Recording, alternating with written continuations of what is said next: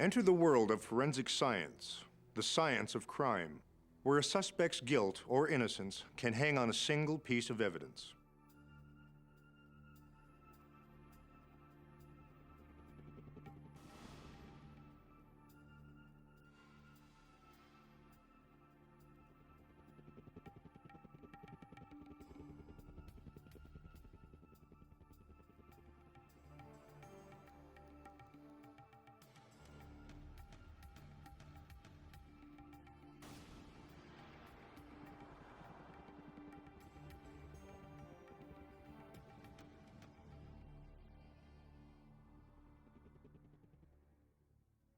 A perfect crime is like a perfect mystery.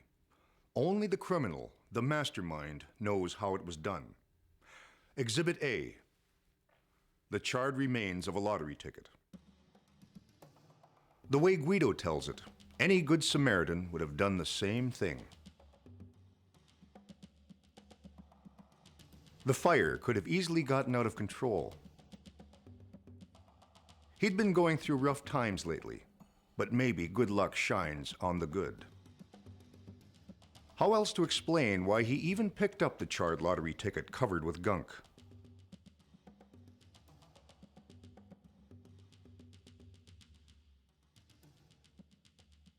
It was from a draw 2 months earlier. When he got home, out of curiosity, he checked the winning numbers in old newspapers.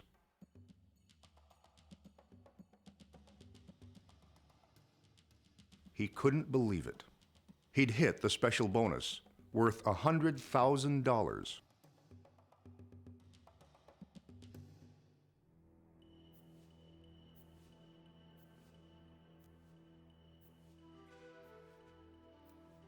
But when Guido goes to collect his prize, the woman in charge, Louise Ng, is suspicious. She asks him why the ticket is damaged. He explains how he found it, and adds, maybe the original owner threw it out, not realizing he could still make out the bonus number. She tells Guido they'll have to check out the ticket and get back to him. How long will it take? She says about a week. He has no choice but to wait. The Lottery Corporation wants to know if the ticket has been altered, changed, or transformed in any way. So they send it to the company that printed it, which in turn sends it to their head office in Atlanta. The Atlanta company has their lab examine the ticket and sends back a letter stating they have no reason to suspect it isn't authentic. But when Guido comes back, Louise Ng still won't release the prize money. She's one of those bureaucrats who treats the money as if it's their own. Guido feels it's unfair, but what can he do? After he leaves, she takes it upon herself to call the anti-racket squad. Looking into Guido's past, investigators find he has a clean record. He's never been in trouble. His foreman and other workers say he's a straight-up guy. One of their officers hand-delivers the ticket to the Center of Forensic Sciences. The documents section examines any kind of writings, whether by hand or by machine, in which authenticity is in question. This can include numbers, letters, drawings, everything from wills and passports to credit cards and diplomas, and even the graffiti on a bathroom wall. I was presented with this ticket and it was covered. The whole ticket, actually, not this area up here, but particularly this suspect area around the number. I was asked, was this number in any way changed or altered? Were any of the numbers what they should not be? And I looked at it under the microscope, and I couldn't get a good look at any of these digits. So I asked for permission to remove the obliterating material. It was kind of, it was a thick acrylic type stuff, and a lot of dirt, pebbles and stones was in this whole area here. Dawson sends the ticket to the chemistry section. I think the main reason why the other labs didn't want to do the work because it's delicate, and they were afraid, well, we might damage the ticket ourselves, and then the lottery corporation would not have any other choice, but to pay out. Guido returned a third time, determined not to take no for an answer. But Louise Ng is equally determined not to pay until she's totally satisfied.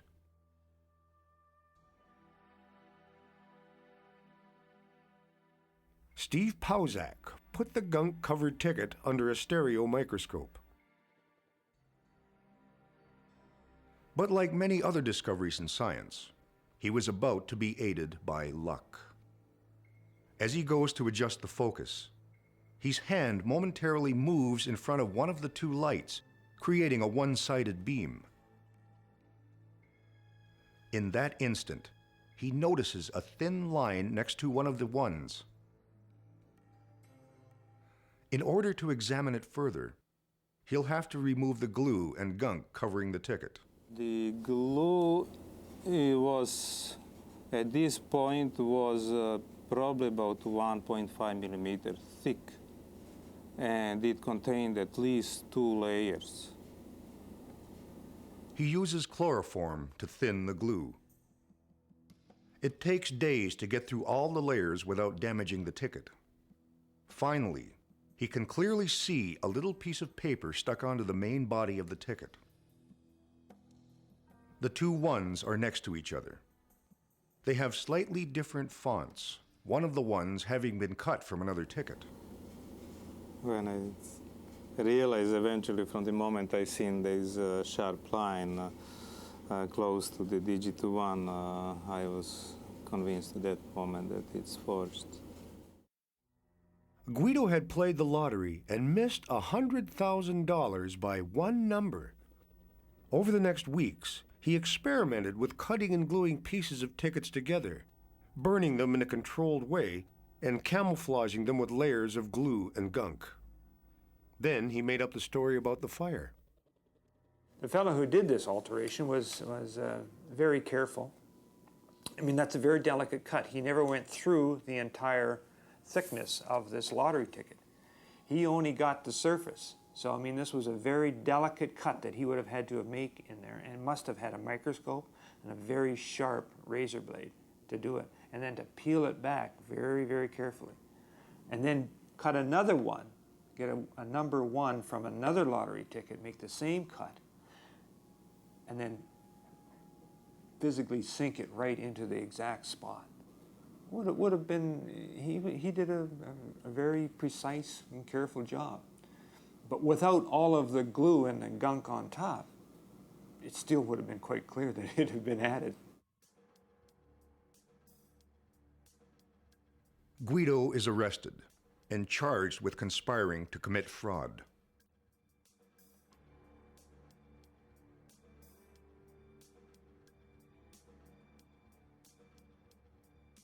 When the case came to trial, the defense argues that Guido had never been in trouble before. He'd simply gotten the ticket that was one number away from a dream, and that the temptation to make it come true was just too great. When we come back, another fascinating case where the examination of a document would be the difference between a dream and a clever scheme. Our second Exhibit A. An ordinary-looking check.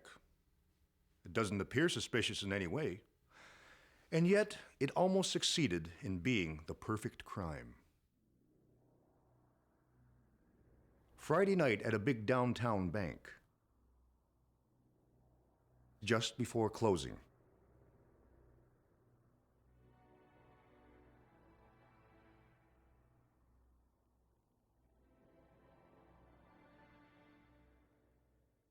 A new teller named Maria Talbert is trying to do her best. But her boss is anxious to leave. Her last customer wants to do an interbranch transfer.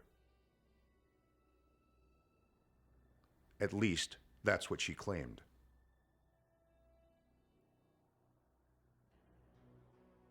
But the following Monday morning, before the bank opens, Maria's boss starts tearing a strip off her. He demands an explanation for the check she left to be processed the previous Friday night. Her ledger has it marked down for $7,106, but the check only reads $106. Maria seems stunned. In a voice choked with emotion, she tries to explain what she remembers about the transaction. He was the last customer of the day, and he wanted to transfer money from his account at another branch into his account at this branch.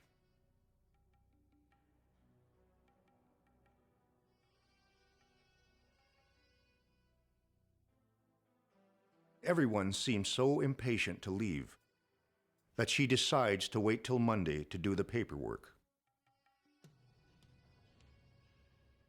And she's positive the amount was for more than $7,000. But the check clearly reads $106. The manager thinks that Maria and the customer are in cahoots and that they've stolen the $7,000 difference. It's fraud. But the manager doesn't want trouble, and he knows the bank doesn't want bad publicity. So he makes what he thinks is a generous offer. If Maria immediately tenders her resignation, he won't call in the police. But Maria is indignant. She can't explain it, but she swears she did nothing wrong. She brazenly tells her boss to go right ahead and call in the police.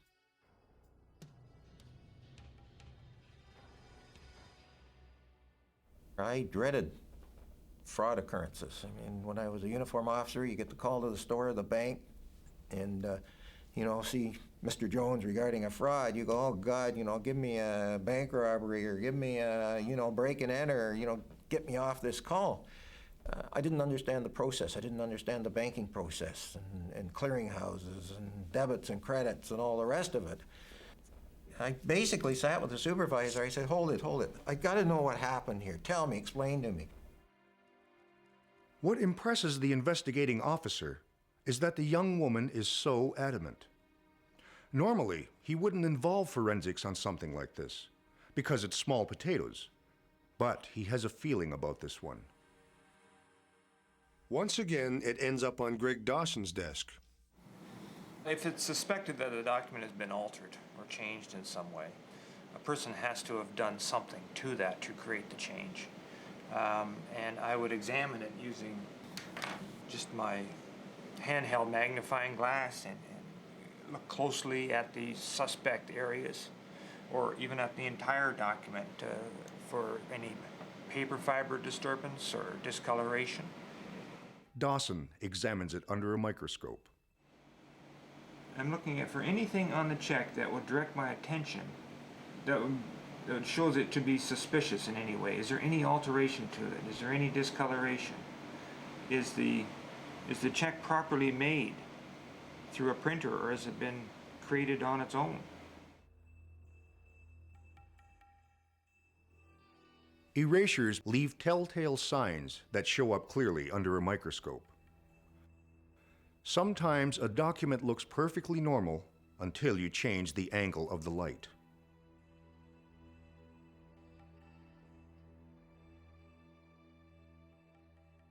This Exhibit A was subjected to all these tests and nothing.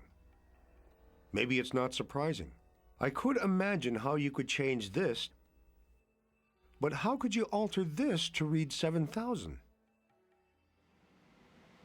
When I went through it and did all these examinations, particularly the physical ones, it was absolutely clean.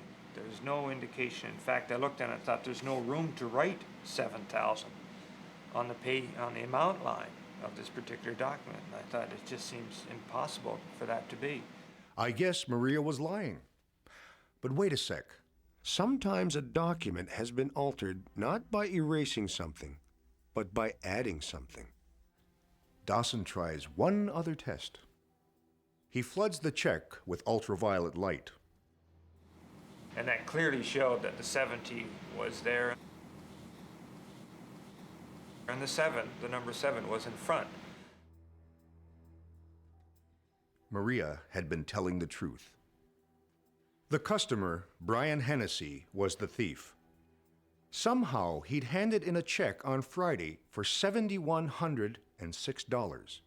But by Monday, it only read $106. Well, you'd have the bank here, which we'll call Bank A. And the suspect in this case had a bank account at this bank. Down the street 3 or 4 blocks, he had another bank, which we'll refer to as Bank B. And he also had a bank account at this bank as well. Well, as it was explained to me, he came into this bank on a Friday afternoon and attempted to deposit the check. And the idea was that at the end of the banking day, all the checks would be collected. Now, these would be checks coming in from individuals, deposits made by businesses, and so on. They go to what they refer to as the clearinghouse.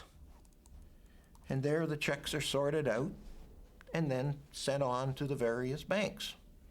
So the idea was that he would deposit his check to this bank for $7,106. But by the time the check ended back up here, it was only $106.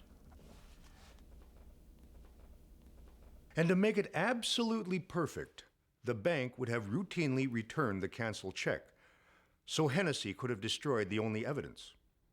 Who knows how many times Hennessy had worked this before? What foiled it this time was Maria, unsure of how to process the check. She held on to it until Monday. Now all police have to do is nab Hennessy and charge him with fraud, right? They can easily prove the check had been altered. The question is, how? Because any decent defense lawyer could claim that an ordinary guy like Hennessy couldn't possibly have the skill to magically alter the numbers on a check between Friday night and Monday morning. I know that all indelible inks, there's nothing you can add to them to make them disappear on their own, particularly with not leaving a trace. Now, you can bleach ink out, but this is safety paper on a check, and it's designed to show any kind of change or alteration to it. It's quite readily evident. Forensic science would have to figure out exactly how he'd done it. And it wasn't going to be easy. Dawson started with the premise that Hennessy had made his own ink. You're probably thinking, how hard can it be to make ink? I mean, ink is just blue stuff, right?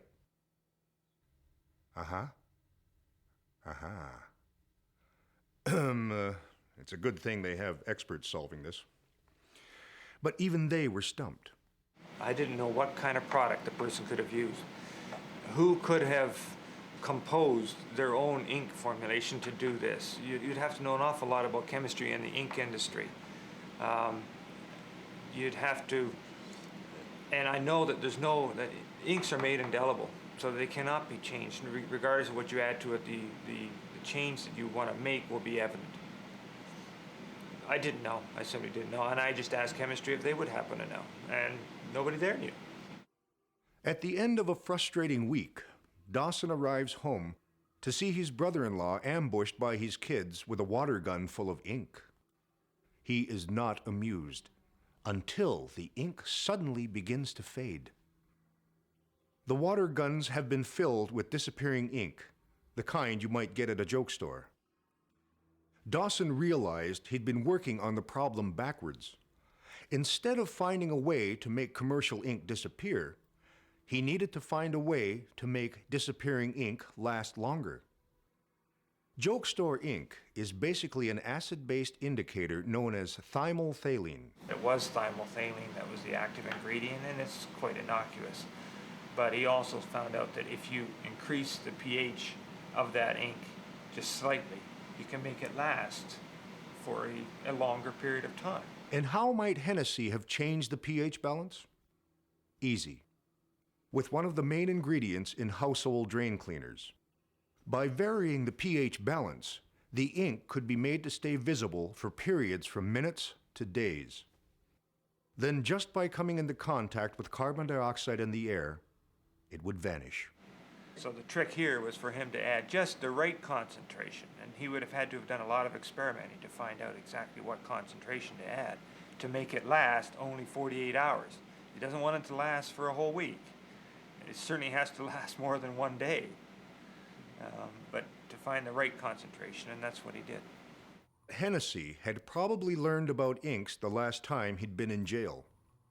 The prison he'd been in had state-of-the-art printing equipment and had brought in experts to teach the inmates skills. Plus, prisoners have plenty of time on their hands to think up perfect crimes. The supervisor explained to us later that had the check been deposited, it probably would have never been discovered. In the due process, when books were balanced between banks, this particular bank would have been out $7,000 and never know what happened to it. Gary Hennessy was apprehended and charged with fraud.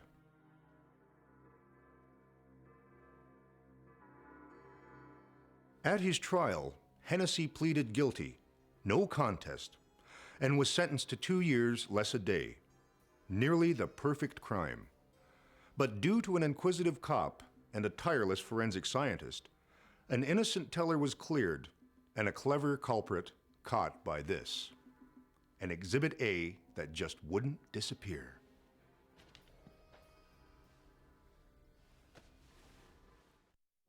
The stories in Exhibit A are based on actual cases.